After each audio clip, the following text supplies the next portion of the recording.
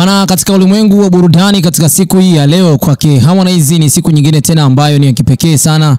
Sasa kwa siku hii ya leo basi Harmonize amefanya jambo geni sana kwa wasanii ambao basi hawakuwahi kuona mambo kama haya. Hasa katika siku hii ya leo ameweza kuonyesha maisha yake ya kifahari, lakini pia kauli iliyozidi kutolewa hadharani ni huo kwamba kauli imeweza kubeba mambo mengi sana mazito zaidi, basi ikiwa inaonekana kwamba leo alikuwa anazungukia katika sehemu zake za site ya nyumba yake, lakini pia swala zima ambalo alikuwa amelifanya Harmonize basi ni kuweza kuposti kipande cha upande mmoja tu wa jengo lake ambalo lilikuwa la jengo. Na jengo hili basi ni lingine, sio lile ambalo tulikuwa tumeliona pale mwanzoni. Jengo hili ni jengo jipya kabisa. Harmonize amewekeza katika ujenzi. Sasa ameandika kwamba hivi, my future is bright, I need a sun now.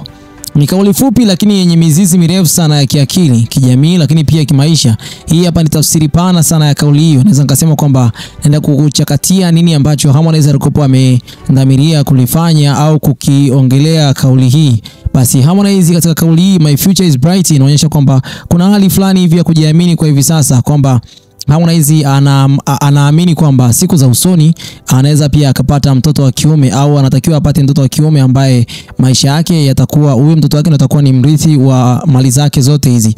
Hii inathibitisha kwamba hatua alizopiga kimuziki na kibiashara sasa zinazidi kumfanya kwamba awe ni moja kati ya msanii ambaye ana matumaini ya kwamba siku za usoni atakuwa ni moja kati ya tajiri mmoja mkubwa sana. Kwa hiyo anatamani mtoto wake ndio aweze kuja kuzirisi mali hizi.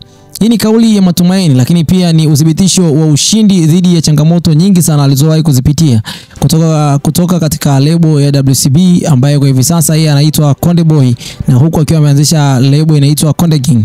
Hadi kumiliki lebo hii basi ina maana kwamba mmiliki wa mjengo huu mkubwa ambao tunauona katika screen basi ni moja kati ya mjengo ambao unaaminika sana, na ni mjengo ambao unaaminika katika siku za usoni utakuja kuwa ni mjengo mkubwa kama tunavyoona, na naamini kwamba sio mjengo mmoja. Harmonize kuna kipindi kidogo cha hapa nyuma kidogo aliwahi kufululiza kuonyesha mijengo mbalimbali. Sasa mijengo ile, huu ni mmoja wapo ambao naamini kwamba utakuwa ni sio jengo kwa ajili tu ya burudani, bali ni mjengo kwa ajili ya kuishi msanii anayejielewa, kwa kuishi kwa ajili ya msanii anayejitambua. Kwa sasa hivi muziki unaela, na muziki umeonekana kabisa kwamba una mambo mengi ambayo unaweza kufanya. Una nguvu kubwa sana katika jamii.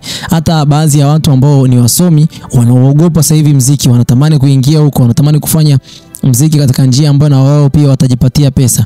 Bana, mimi naweza nikasema kwamba ni njia ambayo siku za usoni pia kwa watu wengi sana, na wimbi kubwa sana la vijana litakuwa linajichomeka, kwa sababu wameweza kuona mafanikio haya yapo, na mafanikio haya yanaweza kupatikana katika hali yoyote ngumu na rahisi pia. Sasa I need a son now ni tamaa ya kujenga urithi mkubwa sana kwa mtoto wake.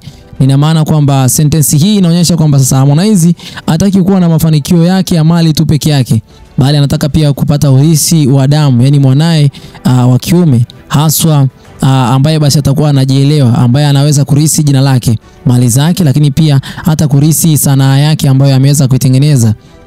Yani nikiwa na maana kwamba kurithi record label. Katika jamii nyingi za Kiafrika mtoto wa kiume huonekana kama mrithi wa rasilimali, yani mrithi rasmi, sio tu urithi wa mali bali pia jina la heshima na hadhi ya kifamilia. Hii pia ni hatua ya kisaikolojia. Mwanaume anapopata mafanikio basi hamu yake kubwa ni kuacha alama ya milele ambayo basi itakuwa ni mtoto wa kiume, ambayo hiyo ni moja kati ya ishara kubwa sana ambao Waafrika wengi wamekuwa wakipambania siku hadi siku. Hata wasanii wengi sana wa kiume katika nchi ya Tanzania wamekuwa wakipambania kupata angalau mtoto wao wa kiume mmoja ambaye atasimama kwa ajili ya mali zake zote. Mfano kama Diamond Platnumz ni mtu ambaye ana mtoto wa kiume, Alikiba pia ni mtu ambaye ana mtoto wa kiume. Harmonize mpaka kwa hivi sasa hana mtoto wa kiume, na mtoto wake wa kike bado anaishi na mama yake, yani ikiwa kama ishara kwamba Harmonize ni mmoja kati ya mtu bado anahitaji kupata mtoto wa kiume, na ndio maana ameweza kuchapisha katika ukurasa wake wa Instagram. Na chapisho hili linaonekana kabisa kwamba waziwazi linamaanisha kwamba kile ambacho anakitaka angalau basi apate mwanamke ambaye ni sahihi. Sasa mitazamo ya kijamii na kitamaduni kwa hivi vitu ambavyo Harmonize ameweza kuandika, katika tamaduni za Kiafrika mtu anaonekana kwamba kukamilika baada ya kupanda ngazi kadhaa. Ina maana kwamba kujitegemea, yani yeye mwenyewe binafsi, mtu kuanza kufanya mambo yake mwenyewe na kujenga mijengo kama nyumba ambazo Harmonize ameanza kuzijenga na kuonyesha kabisa waziwazi kwamba sasa hivi ninamiliki mjengo mkubwa namna hii, na pia kuanzisha familia. Pale mtu anapokuwa ameanza kujitegemea, hiyo ni hatua ya kwanza. Na watu wengi wanapoweza kujitegemea, basi ukimbiliaga kuanzisha familia bila kujenga nyumba. Hapo ndipo step ya pili inapokuwa imerukwa, na inaporukwa step hii, kuja baadaye tena kuja kuikamilisha inakuwaga ni ngumu sana. Maisha ya kuanzia katika chumba kimoja ukiwa na mama, mtoto pamoja na wewe mwenyewe inakuwaga ni changamoto sana.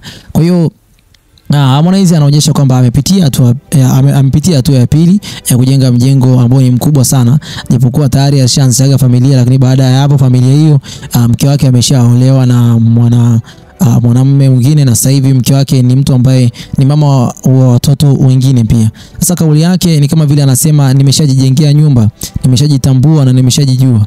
Kwa hiyo na sasa nataka kuzaa ili niwe baba wa familia. Hili linaendana na matarajio ya jamii ya Kiafrika. Mwanaume anapozidi basi kuwa na mali, basi anapaswa kabidhi pia kwa mtu ambaye atakuja kushika kijiti cha ukoo wao. Kwa hiyo anahitaji mtu wa kuendeleza ukoo wa baba yake, anahitaji mtu wa kuendeleza ukoo wao. Kwa hiyo kuna namna kama vile wa Afrika tumekuwa tukirisishana kile ambacho kilikuwa kimerisishwa kuanzia kwa babu zetu. Ndio maana kuna kauli moja inasema kwamba tumerisishwa nasi tuarisishe. Hii kauli ina maana kubwa sana. Sasa kisaikolojia, hili ni moja kati ya kitu ambalo Harmonize anamaanisha kwamba ana pengo kubwa sana la kihisia. Licha ya maarufu wake na pesa, Harmonize bado anaonekana kuwa ana pengo la kihisia, kwamba anahitaji angalau mtoto na anahitaji pia mwanamke ambaye ni sahihi kwa ajili ya maisha yake. Mimi ninavyoona kabisa hapa, Harmonize anahitaji uhusiano mkubwa wa damu kati ya mtoto wake pamoja na yeye pia, na hii ikiwa na ishara kwamba watu wake wa karibu wanahitaji basi kuwa karibu sana na Harmonize, kwa sababu jambo hili likiwa linamuendesha mara kwa mara, basi atajikuta anaangukia katika milango ambayo si sahihi. Utajiri wake ni utajiri ambao unamuendesha sana kwa sana, lakini pia unamfanya yeye mwenyewe binafsi awe ni mmoja kati ya mtu anayepambana usiku na mchana. Kauli hii I need a son ni kilio cha ndani kilichoweza kujitokeza mbele ya mitandao ya kijamii, na Harmonize amejaribu kudhibitisha hili kupitia ukurasa wake wa Instagram. Sasa anahitaji sehemu yangu ya milele, mtoto nitakayempenda na kumfundisha na kumwandalia maisha yake ya baadaye. Hii ni ishara kwamba sasa hivi anahitaji kupambana kwa ajili ya familia, wala hahitaji kupambana kwa ajili ya mtu mwingine yeyote yule. Bana, maoni ya mashabiki wa media tofauti, mashabiki wengi wamechukulia kauli hii kama vile ujumbe kuwa Harmonize anaandika ukurasa mpya wa maisha, na wengine wamehusisha mahusiano yake ya zamani. Labda ni ishara kwamba sasa yupo tayari kuwa baba wa mtoto, au yupo tayari kuwa mmoja kati ya mtu ambaye anaweza akamiliki moyo wa mwanamke fulani. Lakini vyombo vya habari vinaweza kuchukulia kauli hii kama vile ni soft announcement na ndoto yake mpya ya kifamilia, au hata ujumbe huu wa kimapenzi wa sasa unaweza kuchukuliwa kwamba vile ni ujumbe tu wa kawaida. Lakini je, kauli hii ina ujumbe mpana kwa vijana? Ndio, Harmonize anaonyesha kuwa ana mafanikio si magari tu wala pesa, bali pia anaweza kujitengenezea urithi wa maana, mijengo mikubwa ambayo kwa sasa hivi amezidi kuionyesha siku hadi siku. Na hivi sasa anajaribu kuambia vijana wengi wachukue somo kubwa kwamba wajitume kwanza, wajenge misingi ya maisha, kisha tafuta familia katika nia ya dhati. Hii ikiwa na maana kwamba Harmonize kwa hivi sasa ana nia ya kuishi na mwanamke kabisa ndani. Hii ikiwa kama ni ishara tu na wala sio kauli ya majigambo katika mitandao ya kijamii. Tumeona mara nyingi sana akiwa anajaribu kuandika katika mitandao ya kijamii, lakini tunajaribu kugundua kwamba huyu mtu sasa hivi yupo serious. Kibinadamu tunamuona kabisa, na sasa hivi tunazidi kuona siku hadi siku mabadiliko yake akiwa ya ana kwa ana. Future is bright. I need a son now. Ni kauli fupi lakini ni ujumbe mzito sana. Ni kauli ya mtu aliyefika kileleni kabisa na anatafuta mrithi wa jina lake, kazi zake, lakini pia moyo wake ambao kwa hivi sasa amekuwa ukiwa na maumivu mara kwa mara. Tunaonyesha comment yako hapo chini, utuambie kwamba hichi ambacho Harmonize amekiandika, je, unadhani kwamba ni sahihi au si sahihi? Bye bye.